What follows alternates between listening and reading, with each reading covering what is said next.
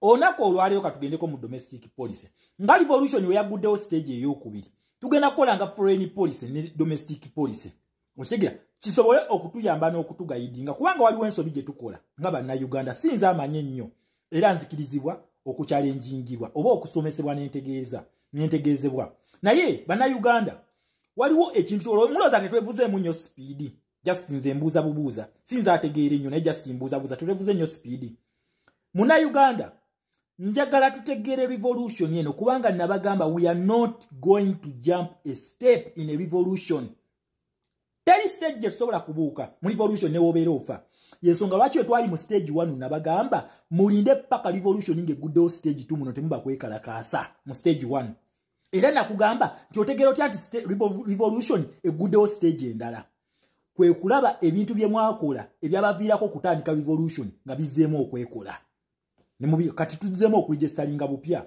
okitegeera tuzzeemu tugenda kuddamu okulonda abavubuka bupya twali tubikozeeko mu 2021 okutandika revolution eno kati awo otegeera nti revolution eno ekoze eki eguddewo stage endala ye nakugamba otegeera otya nti nno revolution tuwangudde stage esooka oba tuwangudde nakugamba okuba omuntu n'omulaba ng'omugye mu poliisi emu for example stage 1 yakulwanagana na policies oba enkwatagana ya Uganda negundi n'ensi endala oba organizations kubanga nabagamba human rights ne democracy zetwayita mweno revolution yaffe these are foreign policies zetwadde tulwanagananga nazo mu stage 1 kati otegeera otya nti Museveni mukubye Museveni ayagala kudduka mu UK ne USA foreign policy agende mu ya Russia ne Chinese foreign policy yensonga lwaki olaba BRICS olaba NAM olaba G77+1 bana Uganda we have been strong to fight this idiot ne tumujja mu zino policies kati ayagala kudduka mu ndala nezo policy tasobola kuziyingira nga munna Uganda tokkiriza kubanga enkwatagana eyo si ya Museveni na Russia na China nedda enkwatagana eyo yaba Uganda ne Russia ne China ogenda kera kumacha bano si yatuzaala byo kazi tuteekemu walina okubaawo olutalo otegeera okuzituteekamu then number 2 zino zaavaamu ze tubaddemu bannansi tukkiriza tuziveemu muhozi we yali agoba ambasada wa America mwayimirira na America era okuva ku olwo America emugamba enkwatagana ndiwo wakati wa bannansi ba America ne bannansi ba Uganda si Museveni kyonna kye tukola era olabanga bakiteekako ne bakugamba ku lwa banna Uganda sina Museveni kati nezo police tasobola tufosinga zituteekamu ekyo kye kikulaga nti no tumukubye ayagala kudduka mu police endala etamugambako which is communism oba centered democracy yagala okuyingira ateffe tulina kubeera mu liberal democracy nga twesalirawo otegeera nti stage eno mukubye then we twamukubako eyo stage revolution yatwala ku stage 2 stage 2 muno bagiyita electoral revolution si protestive vote bagiyita electoral revolution oba democratic alternation we bagiyita eno stage gye tuliko mweno stage mwosanga sipaaka zonna zonna zetwetaaga eza revolution zonna zetwetaaga mwe zibeera kubanga nabagamba revolution yebeera ne sipaaka zaayo always dictator yazikola kati mweno stage 2 yensonga lwaki president yagita revolution ya okitegera naye kati we tutandika okupreachinga protestive vote ya 2026 tulina ebintu bingi nnyo bye tugenda okubuuka under electoral revolution oba democratic alternation bakugamba nti eno yo oba ogigoberera process eno gibayita electoral revolution mugoberera political system ey'ensi eyo wabula mubeera neki ne alternative engeri gye mugenda counter attackingamu system political system eyo senga ebeera evudde mu mateeka amateeka ge galiwa these are democratic avenues senga zibeera blocked our alternative is one to activate human rights. How are we going to activate human rights? Raising up. Buli Museveni kyakola mweno gundi step tubeera tukiraising up nga tucyankalanirawo okitegera kati mweno process eyina stages era nga stages zaayo kwe kuli ne protestive vote wamula protestive vote is always the last stage of this process gibayita electoral revolution okitegera kubanga spaka nyingi nnyo Museveni zali mukola nyingi zali mukola naye muna Uganda wetaga sensitization we tunakwata focus yaffe ne tugiteeka maaso mu 2026 what if tetutuukayo kubanga dictator avaako before during and after elections asobola okuvaako emirundi esatu kati olunaku olwaleero ekintu kye tuliko tumugyeko tutya before elections nga tetunatuuka mu kalulu tumugyeko tutya kubanga olwedde process yo yatandise dda wali mugaye munomo ogita electoral process wabula mu revolution engeri nti ffe tuli mu revolution buli kimu tukiteekako revolution. This is electoral revolution process. Tumujjako tutya bifa akalulu tukikola tutya tutunuulya sparka zineno dictator zajjakola. For example, abantu babakozesa bikompyuta bibaleeta bifu register bakugamba okuteekamu olina okugenda paka wa diso nga ddiwe kyatandika ekyo. Diso amanya abantu b'okukyalo mbadde nga bachairman yabamanyi okitegeera esobola okubeera spark because it's blocking a democratic avenue.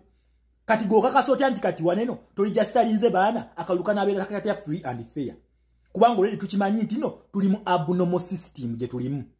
Kati kitegeeza ki nti buli blockage yonna gyaleeta naffe tubeera ne reaction yaffe. Reaction yaffe is to activate human rights. Kyokka kye tulina kwekalakaasa buli kyakola tukyekalakaasizaamu ne tumuwa frustration.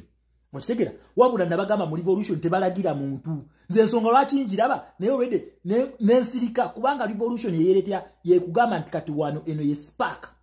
Nze sobola balagira wabula nina kusomesa busomesa stage gye twatuuseeko n'ogitegeera n'otegeera tugikozesa tutya. Okitegeera era ne post ya president w'ogitunuulya ekugamba the road to protest vote begins today. Olugendo olututuusa ku protest vote lutandikira wano mu Uganda oba ogenda Saudi Arabia olugendo olutandikira wakaawo ng'ofuluma mu nju.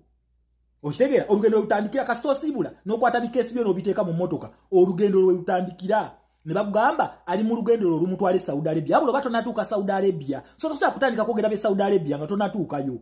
Ate ennyonyi egudde mu mazzi wate emmotoka efunye accident n'otatuuka ku airport. Okitegeera okyala nti bingi nnyo ebisobola okwapeninga mu lugendo lwo wakati w'olugendo lwo ne Saudi Arabia bingi ebisobola okuggwawo. Wabula ate era emikisa mingi gy'osobola okusanga era ng'ogenda mu lugendo lwo olukutwale Saudi Arabia. Ekyo kye bayita process gye tulimu kati. Okitegeera eno stage eyina spark eziwera ne 10 ziwera era tujja kuba tuzennyonnyola mpola nga tuzitegeera. We waliwe nakugamba nti olaba dictator ng'akoze kino ffe tuba tukola kino. Olaba dictator ng'azzeeko kino wabula we nkugamba kino kye tukola ffe tukola ekintu kimu kwekalakaasa. Buli kyakola tukyekalakaasizaamu. Buli kyakola tukyekalakaasizaamu. That is the option gye tulina, alternating option gye tulina ku bikolwa bye. Kubanga is trying to block a democratic avenue. Once democratic avenues are blocked, human rights have to be activated. And how do we activate human rights? By raising up. Okitegeera kati koona kwata focus n'ogitunuza mu 2026 ku protest vote. What if bamulemeseza okunominatinga nga bamulemeseza Museveni yaganye okulinwalinga ndagamuntu onaatuuka okulonda n'akugamba temujja kulonda olw'ensonga ndagamuntu zaggwako ate nga yatagize kulinwalinga ndagamuntu. Okitegeera we tunaatuuka okukampeininga n'agamba leero tojja campaigninga ogenda kikola otya. We tunaatuuka ku nomination ne bamugamba tojja ku nominatinga ne bamukola ebya 2021 ogenda kukola otya. So ebintu bino byonna tubyetegereza ne tugamba ebintu bino tugenda kubikozesa tutya to overcome that. Ezizo nazo spark esobola okujjako Museveni before an election. Wabula senga kigaana ne tuyingira akalulu ebeera protestive vote.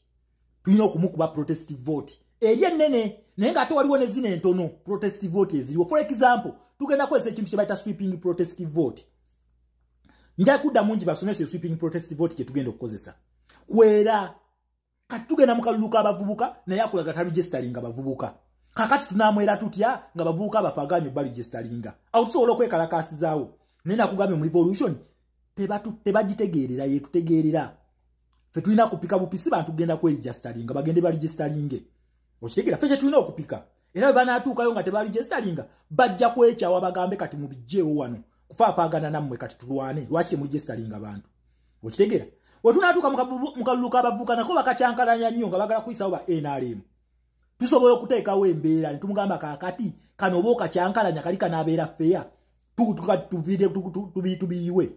tubiyiwe then tutuuke ku nomination. Bwe batyo stage ezino we mugenda muzikozesa. We shall not jump in a stage. Ekyo kyonna kibagamba mu revolution tosobola kubuuka stage wadde neegi era zonna ojja zigoberera. So tuyige enkozesa ya protest vote eno gye tugendamu. Oluguudo luno tuluvuze tutya okutufunisa kye twagala. Tusobola okufuna kye twagala nga tetunnatuuka mu kalulu before. Tusobola okufuna kye twagala during mu kalulu. Tusobola okufuna kye twagala after elections. Wabula it is upon us nabakugamba mindset reset soko setting obwongo bwo. Muganda wange webale kumpa bulamu. Naye bw'osanga nga video ng'eriko deep politics. Buli kigambo ekirimu kirina amakulu gaakyo. Bwe nvaayo ne nkugamba nti olutalo luli mu nsi muno lwa culture. Kyenjogera mba nkimanyi. Simanyi Luzungu naye akatono ke ndumanyiiko. Kyenjogera mba nkimanyi. Kankubuulireko. Abazungu we bajja wano mu Africa bawamba bajjajjaffe ne batwala ebyobugagga byaffe ne bayina kye baleka kalicha yaabwe. Okawulidde n'omuwalabu bwe yajja wano bawamba bajjajjaffe ne batwala ebyobugagga byaffe naye era nabo bayina kye baleka kalicha yaabwe. Ompulidde lwe lutalo luli mu nsi muno olutagenda kuggwaawo. Okategedde lwa culture nti abakomunisiti we baafuga likes of Italy Japan ebiseera ebyo lwe babombinga zi Nagasaki ne Hiroshima. Owulira ezo zi China zi North Korea bayagala ofuga ensi yonna etambulire ku bo. Abakomunisiti era lwali lutalo lw'amaanyi nnyo okubakkakkanya okubatuusa eyo mwe gye mwagala okuzza. Aba Balasha simanyi ba North Korea olowooza bo baali balungi. Kati Omumerika oba Omuzungu akimanyi bulungi nti we bafuukira ab'amaanyi ennyo bajja tandika obbakaka enkola zaabwe. Kyekiriwo bakola kye bayita prevention. Bo balumba the best defensive kwe kwataakinga. Omuzungu kyakola kati. Okawulidde afuba ye abaguze kalicha ye yensonga lwaki we bakuba Japan bamakinga sure nti Japan bagireke ekola ki bagireka mu kalicha y'Omuzungu nti woba oyina kalicha yaabwe tojja bawalana nnyo already nawe olowoozanga bo. Owulidde we balumba Korea ne bajawuzaamu South ne North eyakkiriza okolagana nabo South bayina kalicha ya Muzungu.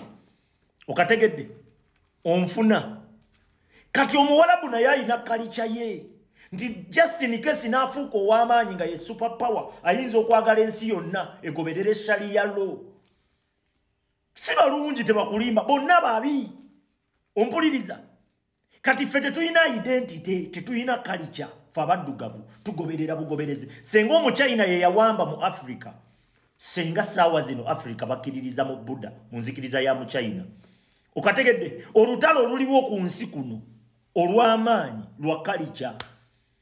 Omuzungu ajja n'awamba n'akulekerawo Christianity n'akulekerawo Bible n'akulekerawo enkola ze. N'omuwalabu bw'ajja n'awamba akulekerawo Qurani n'akulekerawo enkola ze. Owulira ojja kwekanganga abasiraamu mu Africa bawagira abawalabu lwaki nti kalicha yaabwe bayina ekibagatta. Omuwalabu yabaguza kalicha yaabwe. Abakristaayo ojja kwekanga nga bawagira Omuyisirayiri lwaki kalicha babaguza kalicha yaabwe. Ontegeera bulungi muganda wange bw'osanga nga video ng'eriko deep politics nenjogera ekigambo mba mmanyi kye kitegeeza. Kati saawa zino Omuzungu ye kye yafuba okulaba ng'aguza ensi kalicha ye lwakuba kalicha y'Omuzungu waliwo bannakigwanyiza abagiyingiramu abagitambulizaamu ebyabwe. Bajja n'abakugamba demokrasi eri bannakigwanyizi ne bakunyigiramu ebisiyaga byabwe. Yensonga lwaki Trump we yazze mu bukulembeze statement gye yakusoose okukola kuvumirira bisiyaga naga ebisiyaga bino biki balaba kyekyonoona pulaani yaabwe. Oba onfuna okitegedde naye nga nze bwensalawo okugoberera nga tebiri mu bubbi. Kalicha y'Omuzungu eyo egoberera nnyo bano ba opportunists ababbira munda.